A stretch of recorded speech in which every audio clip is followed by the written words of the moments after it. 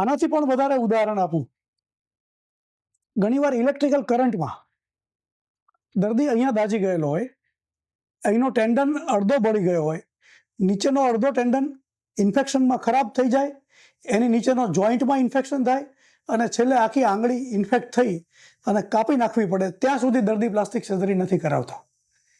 એટલે આ બધા એના પરિણામો છે. ઇવન ઇલેક્ટ્રિકલ કરંટ ઇન્જરી, જે હાઈ ટેન્શન વાયરથી ઈજા થાય, એમાં મસલની અંદર બર્ન્સ થઈ ગયું હોય ત્યારે એકદમ અર્જન્સીમાં, ઇમરજન્સીમાં ફેશિયોટોમી નામના ઓપરેશન વડે એ દાઝી ગયેલા મસલને ખુલ્લા કરવા પડે અથવા તો હાથ કાપવો પડે. જો એવું ના કરવામાં આવે તો દાઝી ગયેલા મસલનું માયોગ્લોબિન નામનું પ્રોટીન કિડનીમાં જઈ અને કિડનીને બ્લોક કરે, પેશન્ટને કિડની ફેલ્યોર થઈ શકે અને પેશન્ટ એકદમ ક્રિટિકલ થઈ અને વેન્ટિલેટર પર પણ જઈ શકે અને એનું મૃત્યુ પણ થઈ શકે. ત્યાં સુધી દર્દીઓ પ્લાસ્ટિક સર્જરીથી ગભરાતા હોય છે, પણ આ બધું જાણકારીના અભાવના લીધે છે અને એ જાણકારીનો અભાવ દૂર થાય એના માટે જ અમે આ સિરીઝ કરી રહ્યા છીએ. ધન્યવાદ.